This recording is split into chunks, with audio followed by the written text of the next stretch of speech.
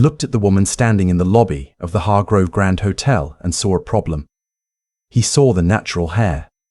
He saw the worn duffel bag slung over one shoulder. He saw dark skin and sensed an intrusion. What Terence Colby, Director of Guest Relations at the Hargrove Grand, did not see was the bronze star on her record. He did not see the 2 deployments to Iraq or the classified briefings she had sat through in rooms he would never be cleared to enter. He did not see that the woman he was about to humiliate had spent 22 years protecting a country that still couldn't decide whether to protect her back. Colby thought he was maintaining standards. He was about to learn he had none. The Hargrove Grand sat at the corner of Meridian and 5th in the heart of downtown Ashford, Virginia. It was the kind of hotel that made people feel smaller the moment they walked through the revolving door. 42 floors of Italian marble, hand-blown chandeliers, and a concierge staff trained to smile at exactly the right angle. A weeknight rate started at $400. The presidential suite on the 38th floor ran $3,200. It was the kind of place where names carried weight, where a whispered word from the right guest could make a manager's career or end it. Colonel Adaeze Okonkwo-Bell did not care about any of that. At 47, she had the kind of bearing that came from years of commanding rooms that actually mattered. She was not tall, but she carried herself like altitude was a choice. She had flown into Ashford that morning from Fort Bragg, where she served as deputy commander of the 82nd Airborne Division's Support Brigade. She was in town for a 2-day joint briefing with the Department of Defense's Northern Logistics Command. The hotel had been booked through the Pentagon's travel office 3 weeks prior. Her reservation was confirmed. Her room was paid for. She arrived at the front desk at 6:43 in the evening, still in her civilian clothes. Dark slacks, a fitted navy blazer, the duffel bag. She had changed out of her uniform on the plane because she hated the way people stared. She preferred to move through civilian spaces quietly without the theater of rank. That preference was about to cost her something she hadn't budgeted for. The front desk agent, a young woman named Priya, had barely started pulling up the reservation when Terence Colby materialized from the hallway behind the desk. He was a compact man in his mid-50s, silver at the temples, with the posture of someone who had spent decades treating minor authority like a cardinal virtue. He had a master's degree in hospitality management framed in his office, and an ego that took up considerably more square footage than the frame. Colby had been watching the lobby from the corridor, as he sometimes did in the evenings. He liked to observe the arrivals. He told his staff it was quality control. His staff called it something else when he wasn't in earshot. He saw Adaeze Okonkwo-Bell walk in and made a series of silent calculations that he would later deeply regret. He stepped to the desk, gently displacing Priya with a practiced sideways shuffle, and folded his hands on the marble surface. "Good evening," he said. His voice had that particular brand of courtesy that isn't courtesy at all. "Are you checking in or were you looking for the restaurant entrance? That's actually around the side, on Meridian." Adaeze looked at him. She had a daughter, 23 years old, currently at Howard University studying constitutional law. She thought about what her daughter would say if she watched this moment. She thought about composure. "I'm checking in," Adaeze said. "Okonkwo-Bell, I have a reservation." Colby's fingers moved to the keyboard with the energy of a man who had already decided something. He typed. He frowned at the screen. "I don't see anything under that name," he said. "It may be under the Department of Defense travel account," Adaeze said evenly. "My assistant booked it through the federal portal. The confirmation number is in my email. I can pull it up." "I see." Colby said this in a way that communicated he saw nothing of the sort. "Do you have a credit card to hold the room in case the corporate account doesn't clear?" "The account has never not cleared," Adaeze said. "It's a federal government account." "Of course. I'm sure it is." He typed something else. He glanced up briefly, letting his eyes take in the duffel bag again. "I'm going to need to verify a few things before I can get you situated. If you'd like to take a seat in the lobby, I'll come find you when we've sorted it out." "Sorted out now," Adaeze said. Not loudly, not aggressively, but with a finality that made Priya, still standing 2 feet to Colby's left, look at the floor. Colby's jaw tightened almost imperceptibly. "Ma'am, I understand you're tired after traveling. We'll get to you as quickly as we can." "I'm not tired," I'm standing at your front desk with a confirmed reservation, and I'd like my room key. Adaeze set the duffel down and placed both hands flat on the marble, mirroring his posture. What specifically can't you find in your system? Colby leaned in slightly, lowering his voice in the way people do when they want to humiliate someone without witnesses hearing the mechanics of it. I need to be transparent with you. We have a policy here about walk-ins without pre-validated payment on file. It protects our other guests. If you don't have a credit card or verifiable identification, I'm going to have to ask you to step aside.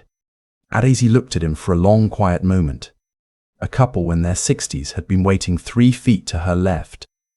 The man was holding a tumbler of something amber from the bar. The woman was pretending to scroll her phone. Both were very still. Are you asking me for identification? Adaeze said. Unfollowing our policy, Colby said. Then follow it for every guest. She held his gaze. Do you ask everyone for identification, or just the ones who arrive with a duffel bag instead of a rolling suitcase? Colby's face went through something complicated. He wasn't embarrassed. Not yet. He was calculating. He was deciding whether this woman was worth the friction, or whether she'd fold if he applied a little more pressure. He calculated wrong. I'm going to need you to step aside, ma'am. I'll call you over when we have things figured out. You have already figured out everything you need to figure out, Adaeze said, her voice dropping half an octave, carrying the very specific register of a person who was done being patient. My name is on your screen. The confirmation number is Hotel Reference 774 Bravo, Quebec 2. The account is Federal Travel Account Number DOD 4241. If you cannot find that reservation, I suggest you get someone on the phone who can. Colby blinked. He had not expected the reservation number. He had not expected any of those details. Most people, when pushed this way, flustered. They fumbled in their purses. They dropped their phones. They said things like, I think maybe it was booked under a different name, and that opening was all Colby usually needed. Adaeze Okonkwo-Bell did not flush her. She had navigated IED-riddled roads in Anbar Province at 3 in the morning with 12 soldiers under her command. She was not going to be unraveled by a man in a suit jacket at a hotel desk in Virginia. Priya, to her credit, had already quietly typed the confirmation number.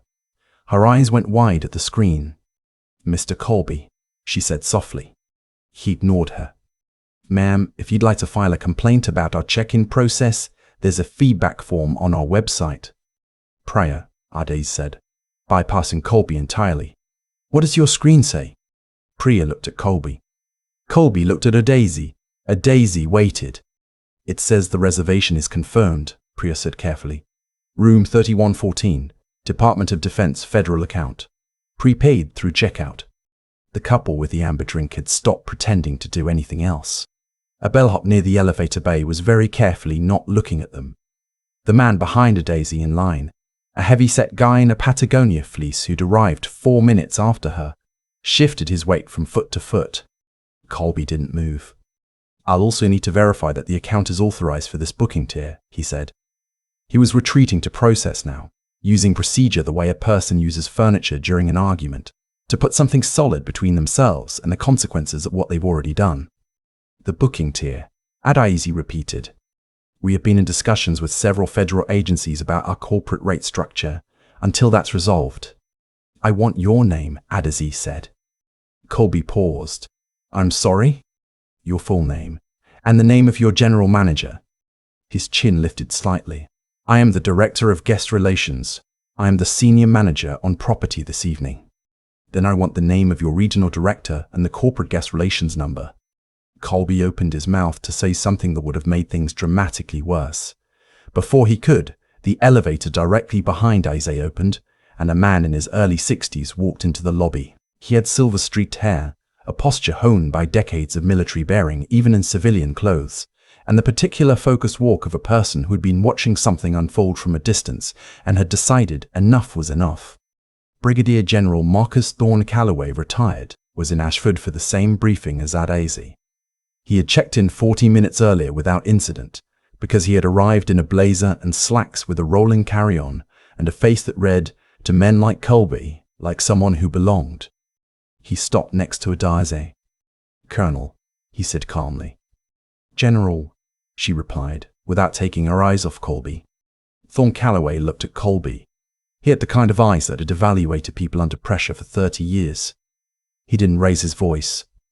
"Is there a problem with Colonel Okonkwo-Bell's reservation?" Colby looked at the general, then back at Adaeze, then at the title. Colonel. His tongue found the word before his brain had fully processed what it meant. Colonel. "Deputy Commander, 82nd Airborne Support Brigade," Thorne Calloway said. "Currently traveling on authorized Pentagon orders. The same orders, incidentally, that brought her here for a joint briefing with the Assistant Secretary of Defense, who is staying on your 38th floor and who I have on speed dial." The lobby had gone very quiet. Colby's face moved through several expressions, none of them graceful. He looked at the screen. At Priya. At the confirmed reservation that had been there the entire time. At the couple with the amber drink. At the bellhop. At the man in the Patagonia fleece who had taken a small but very deliberate step backward. Colby started. There was a verification process there. "Issue the key," Thorne Calloway said. Flat, final. Priya had already printed it. Adaeze picked up the key card without looking at Colby. She picked up her duffel. She looked at him one time directly. And what was in her face was not anger. It was something quieter and more permanent than anger. "Every person who walked through that door tonight," she said, "deserved to be treated the same way. You treated me differently, you know why. And so do the 12 people standing in this lobby." She turned and walked toward the elevator. Behind her, she heard the man in the Patagonia fleece say to no one in particular, he should be fired. She did not turn around, but she heard what Terence Colby did not know. As he stood at the marble desk, watching a United States Army colonel walk to the elevator with her confirmation number memorized and her spine perfectly straight, was that the lobby of the Hargrove Grand had 17 security cameras. He also didn't know that the couple with the amber drink was Robert and Frances Callender. Robert Callender was a retired federal judge who had spent 11 years on the Fourth Circuit Court of Appeals. Frances Callender had spent 26 years as a civil rights attorney before becoming the deputy director of a non-profit that monitored housing and public accommodation discrimination in the mid-Atlantic states. Frances had her phone out. She had been recording since the moment Colby said, "I don't see anything under that name." She was thorough. She had learned to be. That night, Adaeze Okonkwo-Bell sat in room 3114 and debated two things. The first was whether to let it go. She had let many things go over 22 years. There was a calculus to it, the cost of fighting, the odds of winning, the weight of what you carried afterward either way. She knew that calculus better than most people know their own phone numbers. The second was what her daughter would say. Her daughter, Nadia, called at 9:45 to check in. Adaeze told her what had happened, laying it out flat, the way she briefed her commanding officers. Facts first, interpretation last. There was a silence on the line. Then Nadia said, "Mom, did you get his name?" Adaeze had gotten his name. Terence Colby, Director of Guest Relations. She had also gotten the corporate headquarters number, the name of the regional vice president, and the business card of Frances Callender, which Frances had pressed into her hand quietly when Adaeze passed the couple on her way to the elevator. On the back, Frances had written, "I got it all, call me." Adaeze did not sleep for a long time that night. In the morning, she attended the briefing, took her notes, shook hands with people who would have been appalled to know what had happened in the lobby 12 hours earlier, and said nothing until the briefing was over. Then she made 3 phone calls. The first was to the Hargrove Grant's corporate guest relations line.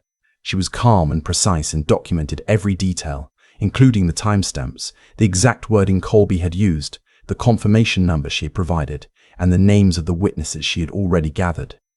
The second call was to Frances Callender. The third was to the Pentagon's Inspector General's office to report that a federally contracted hotel had discriminated against a commissioned officer traveling on official military orders, which was a violation of both the Civil Rights Act of 1964 and the contractual obligations the Hargrove chain had signed when it accepted the federal government's hospitality contract. She was not screaming. She was not raging. She was organized in the way that people are organized when they have spent decades in institutions that only respond to documentation. What happened next happened fast. Frances Callender had uploaded 38 seconds of clean video to a private server that same evening. time-stamped and geotagged. She shared it with 2 journalists she trusted, with specific instructions about what not to do with it until Adaeze had exhausted the formal complaint process. That was Frances's discipline, the same discipline that had gotten her through 30 years of civil rights work without burning the house down prematurely. But video has a way of moving even when you try to hold it still. By the second afternoon, a local Ashford news affiliate had a source inside the hotel. By the third day, the story had names. By the fourth day, it had footage. The headline that broke first was careful. Army Colonel denied hotel room despite confirmed reservation. Witnesses allege racial discrimination. By that evening, it had been picked up by 3 national outlets. By the following morning, the phrase Hargrove Grand Hotel was the second most searched term in the country. Inside the hotel, the damage assessment was happening in real time. The corporate communications team issued a statement calling the incident an isolated lapse in service standards that does not reflect our values. This statement was immediately and loudly dissected on social media by people who pointed out that lapse in service standards was doing extraordinary work in place of the phrase racial discrimination. The video did not help the statement. In 38 seconds, you could see exactly what had happened. You could see Colby's eyes move to the duffel bag. You could hear the misdirection to the restaurant entrance. You could see very clearly the moment when Adaeze gave the confirmation number and Colby did not move toward the keyboard. You could also, if you watched carefully, see Pryor's face when she found the reservation instantly. Terence Colby had spent 23 years in hospitality management building a reputation as a man who ran a tight ship. The internet spent approximately 72 hours dismantling every brick of it. Former colleagues appeared on comment threads. Some defended him briefly before the video made that untenable. Others said things like, "I always knew something like this would happen eventually," which said something about the kind of ship he had actually been running. A woman who identified herself as a former front desk employee at a different property where Colby had previously worked, posted a 3-paragraph account of watching him redirect certain guests to the side entrance, with such regularity that staff had developed a shorthand for it. His personal LinkedIn profile was screenshot and circulated. His professional history was mapped by strangers with too much time and too much accuracy. His neighborhood was identified. His truck was described. He received messages he would later say kept him awake. But the internet's attention, for all its ferocity, is a season. What actually cost Terence Colby everything was quieter and more methodical. The Pentagon pulled its hospitality contract with the Hargrove chain pending an investigation. This was not a symbolic gesture. The federal government spent approximately $4.2 million annually in lodging costs at Hargrove properties in the Mid-Atlantic region alone. The announcement came on a Tuesday in a 2-sentence press release with the flat affect of an institution that had decided something and was not interested in discussing it. The Hargrove chain's stock dropped 6% by market close. The regional vice president, a woman named Sandra Ferrara, who had spent 12 years carefully building a brand around the phrase luxury hospitality for every guest, drove to the Ashford property on a Wednesday morning and held a 90-minute closed-door meeting with the management team. Sources inside the meeting, and there are always sources, reported that she was not loud, but that she did not have to be. Colby was called in at 2 in the afternoon. He emerged 35 minutes later without his keycard. Suspended without pay pending investigation, which in corporate hospitality is rarely a destination. It is a departure gate. He drove home in his truck and found 2 news vans on his street. He did not stop. He drove around the block 3 times before accepting that they were not going to leave, and then he pulled into his garage and sat in the dark with the engine off. He had a wife. He had 2 kids, one in college, one in his junior year of high school. He had a mortgage on a house in a suburb of Ashford that he had been proud of for 11 years. He had a career that he had just watched be explained in 38 seconds to millions of people who now knew his name for a reason he had not anticipated. What he did not have, he realized in the dark of that garage, was the capacity to explain to his son, who was 17 and had grown up hearing his father talk about professionalism, standards, and pride, what had happened and why. He did not call a lawyer that night. He sat and he thought about the moment he had stepped in front of Priya at the front desk, and he could not, honestly, tell himself that he didn't know why he had done it. He could tell himself other things. He could tell himself he was following policy, that he was being thorough, that he would have done the same for anyone. He had told himself these things for 23 years whenever he made a decision like the one he'd made in the lobby. In the dark of his garage, for the first time, he could not make the story hold together. 2 weeks after the incident, Adaeze Okonkwo-Bell returned to Ashford for a follow-up meeting with the Inspector General's office. She arrived at a different hotel, booked through the same federal portal, and was given her room key by a front desk agent who smiled with the genuine warmth of someone who hadn't seen the news and was simply doing her job. Adaeze smiled back. She sat in her room that evening and called Nadia. "How are you feeling?" Nadia asked. Adaeze thought about this honestly. "Tired," she said, "and okay, both at the same time." She had not done what she did for recognition. She had not done it to be in the news or to become the name attached to a lawsuit or a hashtag. She had done it because she was a 57-year veteran of an institution that ran on accountability, and because she knew, better than most, what happened to systems when people with authority were allowed to use it without consequence. She had also done it because she thought about every person who had walked into that lobby without a general standing nearby, without a retired federal judge and a civil rights attorney sitting 3 feet to their left, without 22 years of rank and record and an IG's office phone number memorized. She thought about what happened to those people, the ones with no leverage, no witness, no video. She thought about that when the corporate settlement came through. She didn't share the number publicly. What she shared publicly was what she did with it.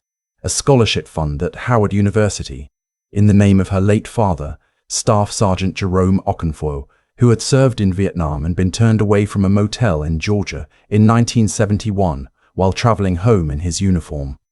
The fund was called the Full Reservation Scholarship. It supported first-generation college students pursuing degrees in law or public policy. The first recipient was a young woman from Richmond who had grown up in a family that moved 6 times before she turned 16. She had a full ride, a handshake from Adaeze Okonkwo-Bell, and the knowledge that the money had come from somewhere that mattered. Terence Colby did not get his job back. The investigation concluded what the video had already shown. He filed for arbitration. The arbitration did not go the way he hoped. He found work eventually in a different industry, in a different city, at a scale substantially smaller than anything he had managed before. The internet, for the most part, had moved on, but his name remained attached to the search results. That is the particular permanence of a digital record. He was not in prison. He had not lost everything, but he had lost the version of himself he had been most proud of, and that, for a man like Terence Colby, was its own kind of sentence. Colonel Adaeze Okonkwo-Bell retired from active duty 14 months after the incident, at a ceremony at Fort Bragg attended by 400 people. General Thorne Calloway gave remarks. Nadia was in the front row and cried in a way she would later describe laughing as deeply embarrassing for a future constitutional lawyer. Adaeze did not mention the hotel in her retirement remarks. She talked about her soldiers. She talked about her father. She talked about the belief, which 22 years in the United States Army had not managed to knock out of her, that institutions could be made to do the right thing, if the right people refused to be quiet. Here is what this story is really about, and it is not about a hotel lobby, or a reservation system, or one man's poor judgment. It is about the ordinary version of this. The version that happens every day to people who don't have a brigadier general in the elevator, a civil rights attorney with a phone, a Pentagon contract as leverage, or a confirmation number memorized before they walked in the door.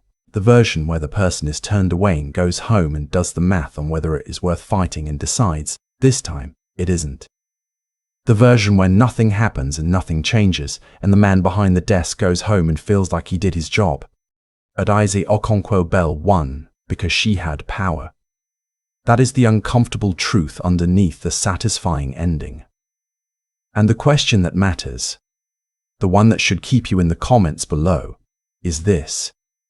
What do we owe the people who walk into that same lobby with nothing but the right to be there? If that question stayed with you, hit the like button, share this with someone who needs to hear it, and subscribe to Echoes of Justice, because we tell the stories that don't get told about the people who refuse to be invisible and what happened when the truth finally caught up. I keep coming back to the moment Adaeze gave that confirmation number from memory. 774 Bravo Quebec 2. She hadn't written it on her hand. She hadn't pulled out her phone. She had memorized it before she walked through the door, because 22 years in the army had taught her that when you're a black woman moving through certain spaces, you don't get the luxury of being unprepared. You carry your proof with you. You know it cold. That detail has stayed with me longer than anything else in this story, because it says something true about what it costs some people just to show up somewhere. They were already invited. What happened to Terence Colby wasn't bad luck. It was consequence, and consequence has a logic to it that doesn't require fate or karma in any mystical sense. It's just arithmetic. He made a decision rooted in assumption, and that assumption was wrong on every possible level.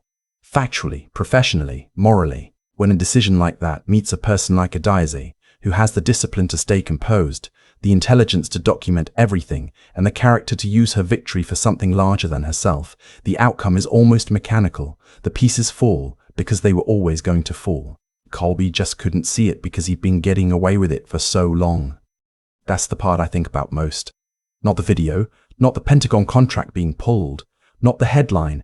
It's the 23 years before any of that happened. The years where the system worked exactly as Colby needed it to, where nobody recorded anything, where the person he misdirected to the side entrance just went around the corner and didn't say a word to anyone because they'd run the math and decided it wasn't worth it. That version of events happened hundreds of times before this one. The difference wasn't that Colby finally made a mistake. The difference was that this time, the person he chose had the resources to hold him to it. What Adaeze showed, and I mean showed, not just in the lobby but in every decision she made afterward, was that real strength isn't loud. It doesn't announce itself. It memorizes confirmation numbers and keeps its hands flat on the marble and lets the other person finish digging the hole. That's not passivity. That's a specific kind of intelligence, knowing when the most powerful thing you can do is stay still and let the truth catch up on its own. The scholarship fund is the part that gets me every time. She could have kept the money. Nobody would have blinked. Instead, she put her father's name on it. A man who came home from Vietnam in uniform and was turned away from a motel in Georgia. And she said, in effect, this started before me, and it has to be answered by more than me. That's not just generosity, that's moral clarity operating at a level most of us don't reach when we're in pain. I don't think you have to be a colonel or a lawyer or have a general in the elevator for any of this to apply to your life. Why type from Adaeze is simpler than that. Know your confirmation number. Keep your hands steady. And when you win something, ask yourself who else needed you to win it.